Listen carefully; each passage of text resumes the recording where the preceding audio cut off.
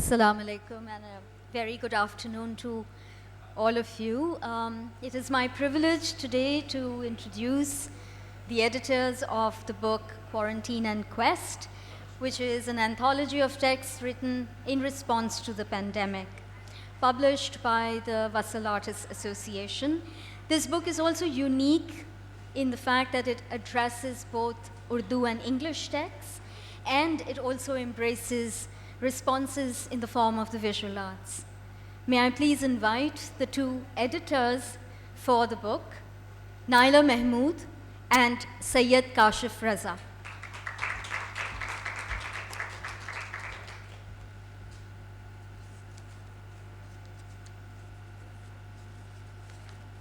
And before we begin, I'll just add a few words to introduce our esteemed speakers today. Naila Mahmood is a Karachi-based visual artist, writer, documentary photographer, and filmmaker. Her artwork has been exhibited in solo and group shows nationally and internationally. She has been a speaker at several international universities. She's also an educator and is associated with the Indus Valley School of Art and Architecture, and previously with the Karachi University and Habib University. Sayyid Kashif Raza is a poet, fiction writer, translator, and has authored several books, including 2 volumes of poetry and a novel. His first novel, Char Darvesh Aur Ek Kachwa, won the UBL Prize for Fiction in 2020 and was shortlisted for the KLF Prize in Urdu Literature for the same year. His poems have been translated into English, Arabic, Hindi, and Sindhi. Raza's translated works include Muhammad Hanif's A Case of Exploding Mangoes and Arundhati Roy's Azadi. He is currently working on compiling and editing the translations of Iqbal Ahmad's works. Raza is a broadcast journalist by profession and works for Geo News as executive producer. So without much further ado, it was read out, it's fine. So without further delay, I'd like to open the question to you, Naila. In view of all the other anthologies that have come out on the subject, what inspired you to put this collection together, and how did you perceive this anthology to be different from the ones that were already published?